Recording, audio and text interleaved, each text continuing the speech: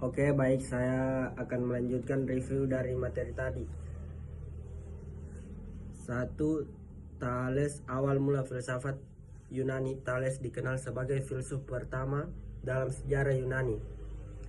Ia hidup sekitar abad ke-6 di kota Miletus. Thales mencoba menjelaskan alam di tengah akal dan pengamatan, bukan melalui mitos atau cerita para dewa. Menurut Thales, segala sesuatu berasal dari air. Ia berpendapat bahwa air merupakan unsur dasar yang menjadi asal mula kehidupan dan alam semesta. Walaupun teori ini tidak lagi dianggap benar secara ilmiah, pemikiran Thales sangat penting karena menjadi langkah awal lahirnya cara berpikir rasional dan ilmiah. 1. Kaum sofis. Manusia sebagai ukuran segala sesuatu. Kaum sofis adalah kelompok guru dan pemikir yang hidup di Yunani kuno. Salah satu tokohnya yang terkenal adalah Protagoras. Kaum sofis mengajarkan keterampilan berbicara, berdebat, dan meyakinkan orang lain. Mereka bertanggapan bahwa kebenaran bersifat relatif. Protagoras terkenal dengan pertanyaannya, manusia adalah ukur sesuatu.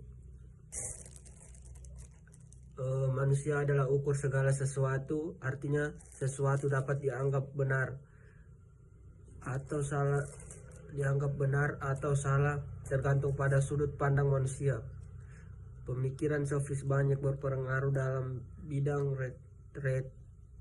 retorika dan pendidikan, meskipun sering dikritik karena dianggap lebih mementingkan kemenangan dalam debat daripada pencarian kebenaran. Socrates mencari kebenaran melalui dialog. Socrates merupakan salah satu tokoh filsafat yang paling berpengaruh. Berbeda dengan kaum sofis, Socrates percaya bahwa kebenaran sejati dapat ditemukan melalui pemikiran yang kritis dan dialog yang mendalam. Metode yang digunakan dikenal sebagai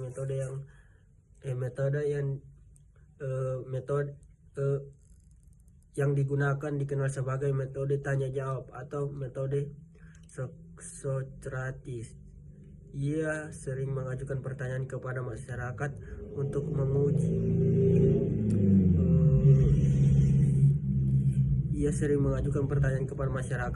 untuk menguji pemahaman mereka tentang keadilan, kebaikan, dan kebijaksanaan.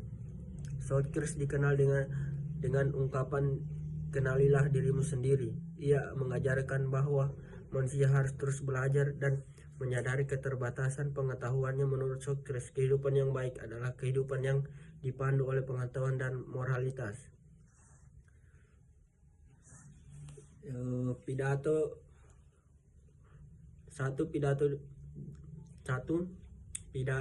dunia ide yang sempurna. Pidato adalah murid Plato. Dunia ide yang sempurna. Plato adalah murid Socrates. Setelah kematian gurunya, Plato mengembangkan pemikiran filsafat yang lebih serius. Menurut Plato, di dunia kita lihat hanyalah bayangan dari dunia ide yang sempurna. Segala sesuatu yang ada di dunia nyata merupakan tiruan dari bentuk ideal yang berada di dunia ide. Plato juga berpendapat bahwa tujuan pendidikan adalah membantu manusia mencapai pengetahuan